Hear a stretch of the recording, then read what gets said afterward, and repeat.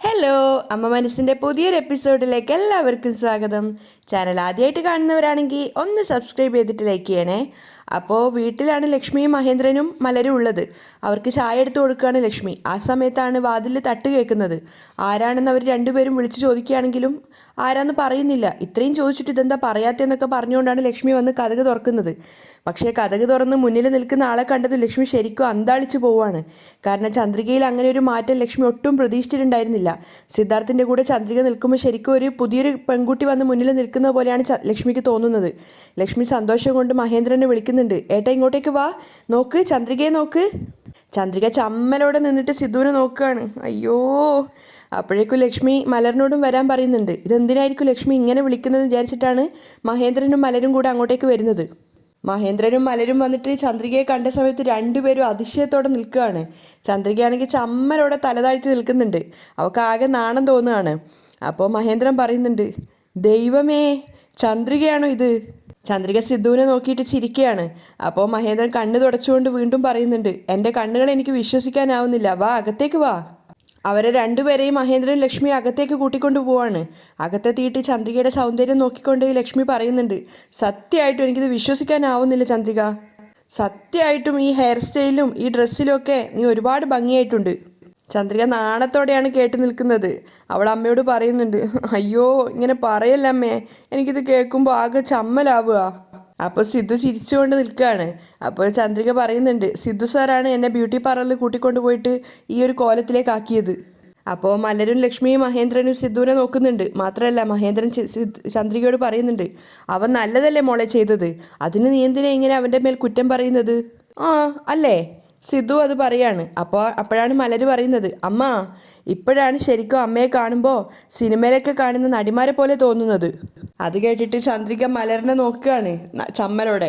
പക്ഷേ മലറിൻ്റെ കൗണ്ടറടി കേട്ട സമയത്ത് മഹേന്ദ്രനും സിദ്ധാർത്ഥിനും ലക്ഷ്മിക്കൊക്കെ ഒത്തിരി സന്തോഷമാവുന്നുണ്ട്. സിദ്ധു പറയാണ്, ചന്ദ്രിക കേട്ടോ, മലര് തന്നെ പറയുന്നുണ്ട് നിന്നെ കാണാൻ സിനിമയിൽ കാണുന്ന നടിമാരെ പോലെ ഉണ്ടെന്ന്.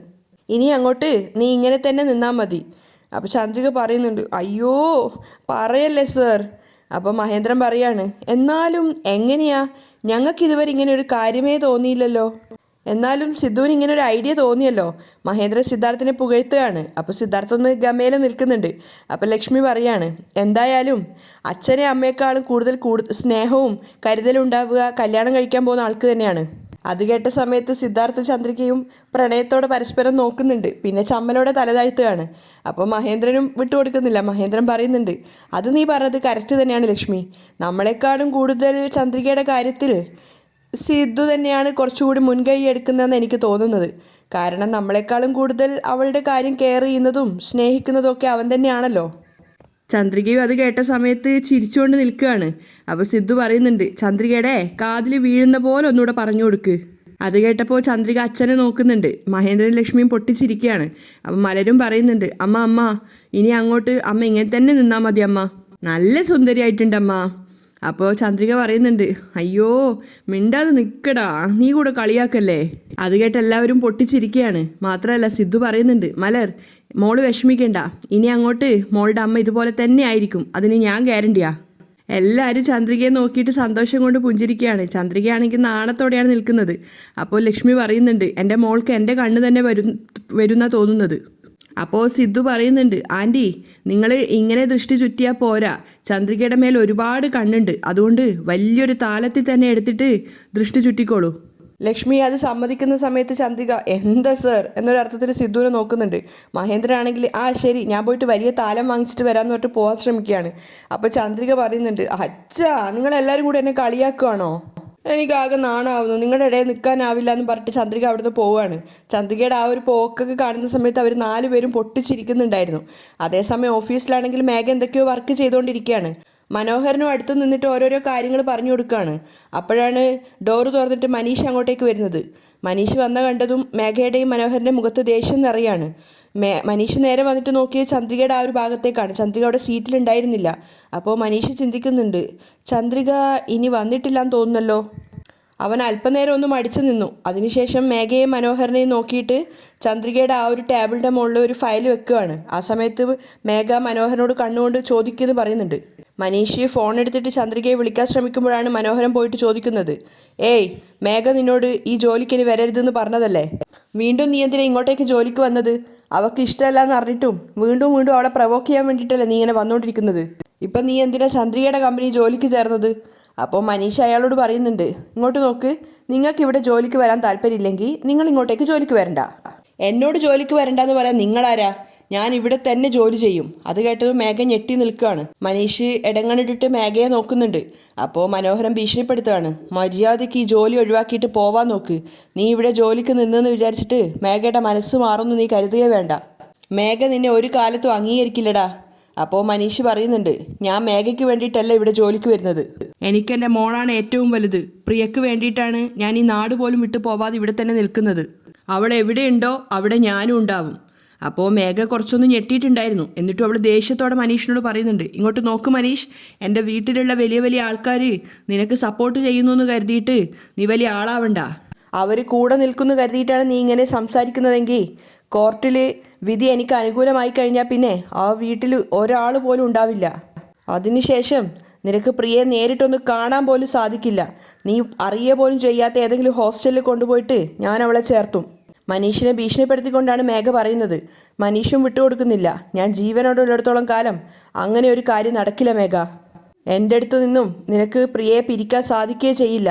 മനോഹരനെ മേഘയെ നോക്കിയിട്ട് ഭീഷണിയുടെ സ്വരത്തിലൊരു മുന്നറിയിപ്പ് കൊടുത്തിട്ടാണ് മനീഷ് അവിടുന്ന് പോകുന്നത്. അപ്പോൾ മനോഹരൻ മേഘയോട് പറയുന്നുണ്ട്, മേഘ ഇങ്ങനെ ഭീഷണിപ്പെടുത്തിയത് കൊണ്ടൊന്നും ഇവൻ മാറുന്നു തോന്നുന്നില്ല.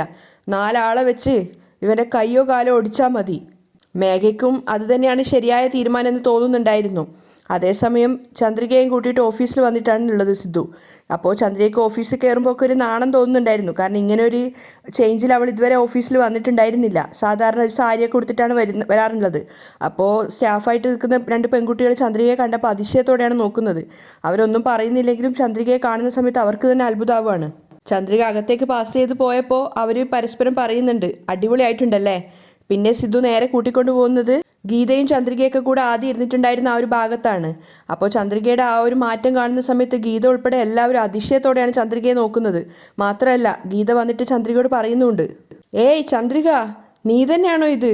ഈ ലുക്കിൽ നീ എത്രത്തോളം സുന്ദരിയായിട്ടുണ്ടെന്ന് അറിയോ? സത്യമായിട്ടും അത്രയ്ക്ക് സുന്ദരിയായിട്ടുണ്ട്. അവളുടെ പുകഴ്ത്തൽ കേൾക്കുന്ന സമയത്ത് ചന്ദ്രിക സിദ്ധുവിനെ നോക്കി പുഞ്ചിരിക്കുകയാണ്. അപ്പോൾ ഗീത പറയുന്നുണ്ട്, ഇനി ദിവസവും ഇങ്ങനെ തന്നെ ഓഫീസിലേക്ക് വാ. ഒന്നും മിണ്ടാതെ നിൽക്ക് ഗീത, എനിക്കാകെ നാണം തോന്നുന്നു. അപ്പോൾ ഗീത പറയാണ്, എന്താ ചന്ദ്രിക, നീ തന്നെ ഇങ്ങനെ പറഞ്ഞാൽ എങ്ങനെയാ? നീ വേണം ഈ ഓഫീസിലുള്ള എല്ലാവർക്കും റോൾ മോഡൽ ആവാൻ. അത് കേട്ട് സിദ്ധുവും പറയുന്നുണ്ട്, അങ്ങനെ നല്ല ഐഡിയകൾ പറഞ്ഞു കൊടുക്ക്. ചന്ദ്രിക, ഇനി അങ്ങോട്ട് ഈ ഒരു കോസ്റ്റ്യൂമിൽ തന്നെ വേണം നീ എപ്പോഴും ഓഫീസിൽ വരാൻ. സിദ്ധു പറഞ്ഞു കേട്ടപ്പോൾ ചന്ദ്രിക പറയുന്നുണ്ട്, അയ്യോ ഒന്നും മിണ്ടാതെ നിൽക്ക് സാർ, എനിക്ക് നാണം വരുന്നു. അപ്പോൾ ഗീത പറയാണ്, സിദ്ധു സാറിനെ പോലെ ഒരാളില്ലെങ്കിൽ സത്യമായിട്ടും നിന്നെ മാറ്റാൻ പോലും സാധിക്കില്ല. ഇദ്ദേഹമാണ് നിനക്ക് ഏറ്റവും അധികം യോജിച്ച ആള്. അത് കേട്ട് സിദ്ധുവും ചന്ദ്രികയും പരസ്പരം പ്രണയത്തോടെ നോക്കുകയാണ്. മാത്രമല്ല ഗീത സിദ്ധുവിനോട് പറയുന്നുണ്ട്, സർ നിങ്ങൾ ഒരിക്കലും ചന്ദ്രികയെ കൈവിടരുത്. അതിന് മറുപടിയൊന്നും പറയുന്നില്ലെങ്കിലും സിദ്ധുവും ചന്ദ്രികയും പ്രണയത്തോടെ നോക്കിയിട്ട് അവിടുന്ന് പോവുകയാണ്. പിന്നീട് കുറച്ചുകൂടെ മുന്നോട്ട് പോയപ്പോൾ വേറൊരു സ്റ്റാഫിനെ കാണുന്നുണ്ട്. അവരും പരസ്പരം ഗുഡ് മോർണിംഗ് ഒക്കെ പറയുകയാണ്. അതിനുശേഷം ആ പെൺകുട്ടിയും ചന്ദ്രികയോട് പറയുന്നുണ്ട്, മാഡം ഈ ഡ്രസ്സിൽ നിങ്ങളെ കാണാൻ വളരെയധികം സുന്ദരിയായിട്ടുണ്ട്. ഇനി എപ്പോഴും ഈ ലുക്ക് തന്നെ വന്നാൽ മതി. അപ്പോൾ ചന്ദ്രിക പുഞ്ചിരിച്ചുകൊണ്ട് പറയാണ്, ശരി ഞാൻ ശ്രമിക്കാം കേട്ടോ. ആ പെൺകുട്ടി അവിടുന്ന് പോയ സമയത്ത് സിദ്ധു ചന്ദ്രികയോട് പറയുന്നുണ്ട്, നോക്ക് ചന്ദ്രിക, എല്ലാവരും നീ ഇതുപോലെ ഭംഗിയായിട്ട് നടക്കാനാണ് ആഗ്രഹിക്കുന്നത്. അതുകൊണ്ട് നീ ഇനി ദിവസവും ഇതുപോലെ തന്നെ വേണം ഓഫീസിൽ വരാൻ. സാർ ഈസി ആയിട്ട് പറഞ്ഞു, പക്ഷെ എനിക്ക് ഭയങ്കര നാണം തോന്നുവാണ്. ചന്ദ്രിക അപ്പോഴും നാണത്തിൽ നിന്ന് മാറിയിട്ടുണ്ടായിരുന്നില്ല. അത് കേട്ട് കണ്ടിട്ട് ചിരിച്ചുകൊണ്ട് സിദ്ധു പറയുന്നുണ്ട്, അയ്യോ ഇതൊക്കെ ദിവസവും ചെയ്ത് വരുമ്പോൾ ശീലാവും ചന്ദ്രിക. ശരി നീ നിൻ്റെ ക്യാബിനിലേക്ക് പോയിക്കോ, ഞാൻ അങ്ങോട്ടേക്ക് വരാം എന്ന് പറഞ്ഞിട്ട് രണ്ടുപേരും 2 വഴിക്ക് പോവുകയാണ്. ചന്ദ്രിക ക്യാബിനിലേക്ക് പോകുന്ന സമയത്ത് മേഘയും മനോഹരനും അതിനകത്ത് തന്നെ ഉണ്ടായിരുന്നു. ഡോറ് തുറന്നിട്ട് ചന്ദ്രിക കയറി വന്നതും മേഘ വല്ലാത്ത അതിശയത്തോടെയാണ് ചന്ദ്രികയെ നോക്കുന്നത്. അവൾക്കൊരിക്കലും അവളുടെ കണ്ണുകളെ പോലും വിശ്വസിക്കാനാവുന്നുണ്ടായിരുന്നില്ല. എന്തിനധികം മനോഹരൻ തന്നെ വാ തുറന്നിട്ടാണ് ചന്ദ്രികയെ നോക്കുന്നത്. അപ്പോൾ ചന്ദ്രിക പരിഹാസത്തോടെ പറയുന്നുണ്ട്, വായ് പൂട്ടുന്ന്. ചന്ദ്രിക അവളുടെ സീറ്റിൽ പോയി ഇരിക്കുകയാണ്. മേഘയാണെങ്കിൽ അന്താളിച്ചുകൊണ്ട് ചന്ദ്രികയുടെ പിന്നാലെ തന്നെ നോക്കിക്കൊണ്ടിരിക്കുന്നുണ്ട്. ചന്ദ്രിക ആ ഒരു അവസരം മുതലാക്കുന്നുണ്ടായിരുന്നു. അവൾ അവരെ മൈൻഡാക്കാതെ ഫയലൊക്കെ തുറന്ന് നോക്കുകയാണ്. അപ്പോൾ മനോഹരൻ മേഘയോട് പറയുന്നുണ്ട്, നോക്ക് മേഘ, ചന്ദ്രിക ആളാകെ മാറി. ഇത്രയും കാലം പട്ടിക്കാട്ടിൽ നിന്നും വന്ന ഒരുത്തിയെ പോലെയാണ് ഓഫീസിൽ വന്നുകൊണ്ടിരുന്നത്. ഇപ്പോൾ വലിയ ഇംഗ്ലീഷുകാരിയെ പോലെയാണ് വന്നിരിക്കുന്നത്. അപ്പോൾ മേഘ കുശുമ്പോടെ മനോഹരനോട് പറയുന്നുണ്ട് ഇവളെ ഇങ്ങനെ മാറ്റിയത് സിദ്ധാർത്ഥായിരിക്കും. ചന്ദ്രിക അതിനൊന്നും മറുപടി പറയുന്നില്ല. അപ്പോൾ മേഘ തന്നെ മനോഹരനോട് പറയുന്നുണ്ട് ഇനി ഇവളെ വെച്ച് എന്തൊക്കെ കോമഡികളാവും കാട്ടിക്കൂട്ടാൻ പോകുന്നതെന്ന് അറിയില്ല. അവർ രണ്ടുപേരും പരിഹസിച്ചത് ചന്ദ്രിക കേട്ടിട്ടുണ്ടായിരുന്നെങ്കിലും അവൾ അതിനൊന്നും മറുപടി പറയാൻ പോയിട്ടുണ്ടായിരുന്നില്ല. ആ സമയത്താണ് അവിടുത്തെ HR അങ്ങോട്ടേക്ക് കയറി വരുന്നത്. ചന്ദ്രികയുടെ ആ ഒരു സീറ്റിലേക്ക് നോക്കിയതും അയാളിങ്ങനെ അതിശയത്തോടെ വാ പൊളിച്ചുകൊണ്ടാണ് കയറി വരുന്നത്. അയാൾ അടുത്തെത്തിയപ്പോഴാണ് ചന്ദ്രികയോട് ചോദിക്കുന്നത് മാഡം ഇത് നിങ്ങളായിരുന്നോ? എനിക്കിത് വിശ്വസിക്കാൻ കഴിയുന്നില്ല മാഡം. ഈ ഡ്രസ്സ് ഇട്ടപ്പോൾ നിങ്ങളെ കാണാൻ വളരെയധികം ബോൾഡായിട്ടും വളരെയധികം സുന്ദരിയായിട്ടും തോന്നുവാണ് മാഡം.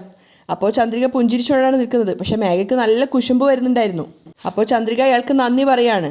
അപ്പോൾ അയാൾ പറയുന്നുണ്ട് ഇനി എപ്പോഴും ഇതുപോലെ തന്നെയുള്ള ലുക്കിൽ വരണം മാഡം. നിങ്ങൾക്ക് ഈ ലുക്ക് വളരെയധികം നന്നായിട്ടുണ്ട് മാഡം. ചന്ദ്രികയും പറയാണ് ശരി സർ. അപ്പോൾ അയാൾ കൊണ്ടുവന്ന ഫയല് ചന്ദ്രികയ്ക്ക് കൊടുത്തിട്ട് പോവാണ്. മേഘയും മനോഹരനും നല്ല കുശുമ്പോടെയാണ് നിൽക്കുന്നത്. ചന്ദ്രിക അതൊന്നും വകവെക്കാതെ ആ ഫയൽ നോക്കുകയാണ്. അപ്പോഴാണ് മനീഷ് അങ്ങോട്ടേക്ക് കയറി വരുന്നത്. മനീഷും ആദ്യം തന്നെ ഡോറ് തുറന്നപ്പോൾ ചന്ദ്രികയുടെ ലുക്ക് കണ്ടിട്ട് വണ്ടറടിച്ച് പോയിട്ടുണ്ടായിരുന്നു. വാവ്! എന്നിട്ടാണ് മനീഷ് അകത്തേക്ക് കയറി വരുന്നത്. ഇനി ഇവൻ്റെ വക എന്തൊക്കെ പുകഴ്ത്തലുകൾ കേൾക്കണം എന്ന് വിചാരിച്ചിട്ടാണ് മേഘ നിൽക്കുന്നത്. അപ്പോൾ മനീഷ് നേരെ വന്നിട്ട് ചന്ദ്രികയോട് പറയുന്നുണ്ട് വാവ് ചന്ദ്രിക, നിങ്ങൾ തന്നെയാണോ ഇത്? എൻ്റെ കണ്ണുകളെ എനിക്ക് വിശ്വസിക്കാൻ സാധിക്കുന്നില്ല. ഈ ലുക്കിൽ നിങ്ങൾ അടിപൊളിയായിട്ടുണ്ട്. Keep it up. അപ്പോൾ ചന്ദ്രിക പുഞ്ചിരിക്കുകയാണ്. അപ്പോൾ മനീഷ് ചോദിക്കുന്നുണ്ട് പെട്ടെന്ന് ഇങ്ങനെ ഒരു മേക്ക് ഓവർ നടക്കാൻ എന്തെങ്കിലും കാരണമുണ്ടോ? ഏയ് ഒരു കാരണവും ഇല്ല. ചന്ദ്രിക മനീഷിനോട് പറയാണ്. പിന്നെ മേഘ കേൾക്കാൻ വേണ്ടി പറയുന്നുണ്ട് സിദ്ധു സാറാണ് എന്നെ ഇങ്ങനെ ചേഞ്ച് ആക്കിയത്. ഓ ഞാനും വിചാരിച്ചു തീർച്ചയായിട്ടും സിദ്ധു സാറ് തന്നെ ആയിരിക്കും ചന്ദ്രികയ്ക്ക് ഇങ്ങനെ ഒരു മേക്ക് ഓവർ തന്നതെന്ന്. ഇപ്പോഴാണ് നിങ്ങളെ കാണുമ്പോൾ ഈ പ്രൊഫഷന് പറ്റിയ ഒരാളായിട്ട് തോന്നുന്നത്. Thank you Manish. ചന്ദ്രിക പുഞ്ചിരിച്ചുകൊണ്ട് പറയാണ്. അപ്പോൾ മനീഷ് അവിടെ ചെയറിൽ ഇരുന്നിട്ട് അവളോട് പിന്നെ ബിസിനസ് കാര്യങ്ങളെക്കുറിച്ച് സംസാരിക്കുകയാണ്. എപ്പോഴാണ് ബോംബെയിലേക്ക് പോകുന്നതെന്നുള്ള കാര്യങ്ങളൊക്കെ. അവർ ബിസിനസ്സിനെ കുറിച്ച് കുറച്ചധികം നേരം സംസാരിക്കുന്നുണ്ടായിരുന്നു. അതൊക്കെ കേൾക്കുമ്പോൾ മേഘയ്ക്ക് ഇങ്ങനെ ദേഷ്യവും കുശുമ്പും ഒക്കെ വരികയാണ്. അതിനുശേഷം മനീഷ് ചന്ദ്രികയോട് യാത്ര പറഞ്ഞ് അവിടുന്ന് പോവാണ്. അവ മേഘയോ മനോഹരനെയോ നോക്കിയോ പോലും ചെയ്തിട്ടുണ്ടായിരുന്നില്ല. കുറച്ചുകൂടെ കഴിഞ്ഞപ്പോൾ സിദ്ധു ക്യാബിനിലേക്ക് വന്നിട്ടുണ്ടായിരുന്നു. മേഘയെ മനോഹരനെ നോക്കിയിട്ട് പരിഹാസത്തോടെ ചിരിച്ചുകൊണ്ടാണ് സിദ്ധു വന്നിട്ട് ചന്ദ്രികയുടെ അടുത്ത് ഇരിക്കുന്നത്. എന്നിട്ട് ചന്ദ്രികയോട് ചോദിക്കുന്നുണ്ട് എന്താ ചന്ദ്രിക, ഓഫീസിലെല്ലാവരും നിന്നെ പുകഴ്ത്തലാണല്ലോ. അപ്പോൾ ചന്ദ്രിക അവനോട് പറയുന്നുണ്ട് അതെ സർ, ദിവസവും എന്നോട് ഇനി ഇങ്ങനെ തന്നെ വരാനാണ് എല്ലാവരും പറയുന്നത്. അപ്പോൾ സിദ്ധു പറയുന്നുണ്ട് ചന്ദ്രിക ഇതേ ലുക്കിൽ തന്നെ വേണം അടുത്ത ആഴ്ച നമുക്ക് മുംബൈയിൽ നടക്കുന്ന ഓണ്ടർപ്രീനർ കോൺഫറൻസിന് പോവാൻ. നമുക്ക് രണ്ടുപേർക്കും പോകണം. അത് കേട്ടതും മേഘയും മനോഹരും പരസ്പരം നോക്കുകയാണ്. മേഘയ്ക്കാണെങ്കിൽ കുശുമ്പും ദേഷ്യവും അസൂയയും ഒക്കെ വരുന്നുണ്ടായിരുന്നു. അപ്പോൾ ചന്ദ്രിക ചിരിച്ചുകൊണ്ട് സിദ്ധുവിനോട് പറയുന്നുണ്ട് ശരി സർ. മേഘയ്ക്ക് വിട്ടുകൊടുക്കാൻ തോന്നുന്നേ ഉണ്ടായിരുന്നില്ല. അവളിങ്ങനെ ദേഷ്യത്തോടെ നിൽക്കുകയാണ്.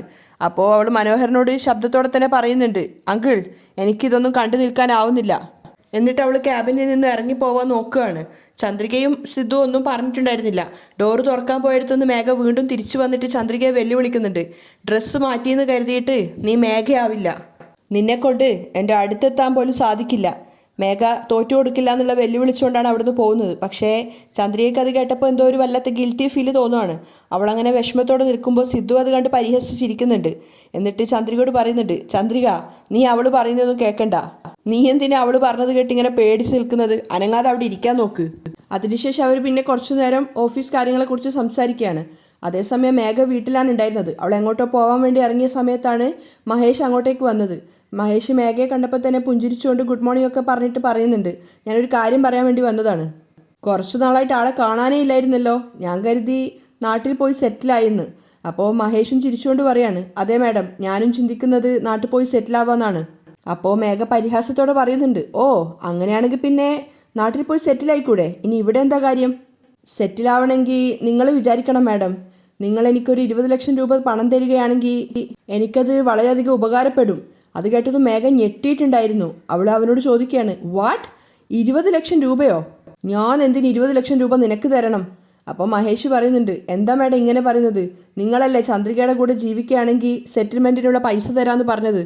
അതെ പറഞ്ഞിട്ടുണ്ടായിരുന്നു. പക്ഷെ നീ എന്താ ചന്ദ്രികയുടെ കൂടെയാണോ ജീവിക്കുന്നത്? ഡൈവോഴ്സ് ആയില്ലേ? ഇപ്പം രണ്ടുപേർക്കും ഒരു ബന്ധവും ഇല്ലല്ലോ. പിന്നെ എന്തിനാ എൻ്റെ അടുത്ത് വന്ന് പണത്തിന് ചോദിക്കുന്നത്? അപ്പോൾ മഹേഷ് പറയുന്നുണ്ട് നിങ്ങൾ പറഞ്ഞിട്ടല്ലേ ഞാൻ ചന്ദ്രികയെ ശ്രീലങ്കയിലേക്ക് കൂട്ടിക്കൊണ്ടുപോയത്. അതുകൊണ്ട് പോലീസ് എന്നെ അറസ്റ്റ് ചെയ്ത് ഞാൻ ജയിലൊക്കെ ആയി. നിങ്ങൾ കാരണം ഞാൻ എത്രമാത്രം ബുദ്ധിമുട്ടിയെന്നറിയോ? ഞാൻ എൻ്റെ ജീവിതവും നോക്കി ഒരു പെണ്ണിൻ്റെ കൂടെ ജീവിക്കുകയായിരുന്നു. നിങ്ങളാണ് ലൈഫ് ടൈം സെറ്റിൽമെൻറ്റ് തരാമെന്നും പറഞ്ഞിട്ട് എന്നെ മോഹിപ്പിച്ച് ഇങ്ങോട്ടേക്ക് കൂട്ടിക്കൊണ്ടുവന്നത്. ഞാനിവിടെ വന്ന് ഒരു കുറ്റവാളിയെപ്പോലെ പോലീസ് എന്നെ പിടിച്ചതും അടി വാങ്ങിയതും മാത്രമുണ്ട് ബാക്കി. മേഘ മഹേഷ് എന്താ പറയുന്നതെന്ന് കേൾക്കാൻ വേണ്ടി ക്ഷമയോടെ നിൽക്കുകയാണ്. അപ്പോൾ മഹേഷ് പറയുന്നുണ്ട് അല്ലാതെ എനിക്ക് വേറെ ഒരു ലാഭവും ഇതിൻ്റെ അകത്ത് കിട്ടിയിട്ടില്ല. ഇനി എനിക്കിതൊന്നും താങ്ങാൻ സാധിക്കില്ല.